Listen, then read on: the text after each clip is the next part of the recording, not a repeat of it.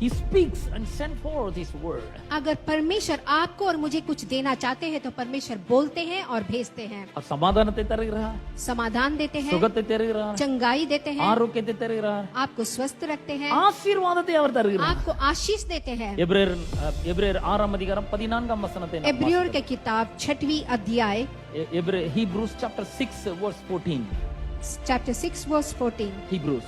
Hebrew एब्रियोर நான் की किताब। நிச்சயமாகவே உன்னை ஆசீர்வதிக்கவே ஆசீர்வதித்து உன்னை பெருகவே பெருக பண்ணுவேன்। जरूर मैं तेरे को आशीष करूंगा। यहाँ पे वचन कहता है कि मैं सचमुच तुझे बहुत ही आशीष दूंगा और तेरे संतानों को भी बहुत बढ़ाऊंगा। ஆசீர்வதிக்கிறார், परमेश्वर जरूर आशीष करेंगे, பெருகவே பெருக பண்ணுகிறார்। आपको बढ़ाएंगे।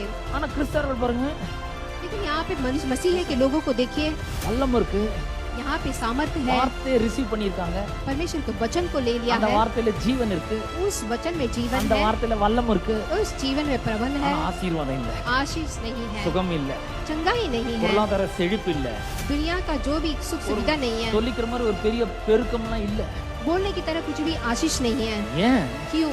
வார்த்தையில இவ்வளவு பவர் இருக்குன்னு உங்களுக்கு தெரியல। क्योंकि उनको नहीं पता कि परमेश्वर के वचन में इतना ஆனா सामर्थ्य ஆனா है। இன்றைக்கு நீங்கள் தெரிந்து கொண்டிருக்கிறீர்கள், लेकिन आज आप जान चुके कि परमेश्वर के वचन में सामर्थ्य இந்த है। வார்த்தையில ஜீவன் இருக்கிறது, आप जानते हैं कि परमेश्वर के वचन में सामर्थ्य இந்த है, வார்த்தையில வல்லமை இருக்கிறது, जीवन है, இந்த வார்த்தையில சுகம் இருக்கிறது, चंगाई है, இந்த வார்த்தையில சமாதானம் இருக்கிறது, इसमें समाधान है, இந்த வார்த்தையில வெற்றி இருக்கிறது, इसमें आपकी जीत है, இந்த வார்த்தையில பொருளாதார செழிப்பு இருக்கிறது, सारी प्रकार की सुख सुविधाएं हैं, இந்த வார்த்தையில விடுதலை இருக்கிறது, जीवन में आपकी चंगाई है, இந்த வார்த்தையில எல்லாம் இருக்கிறது। इस जीवन में आपके लिए सब कुछ है। அந்த வார்த்தை எனக்குள்ள இருக்கிறது। तो वो जीवन वो वचन मेरे अंदर है।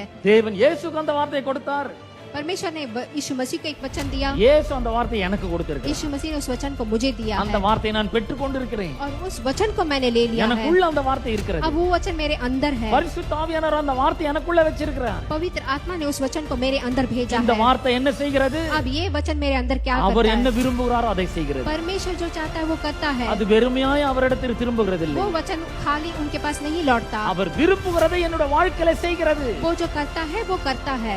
அவர் எதற்காக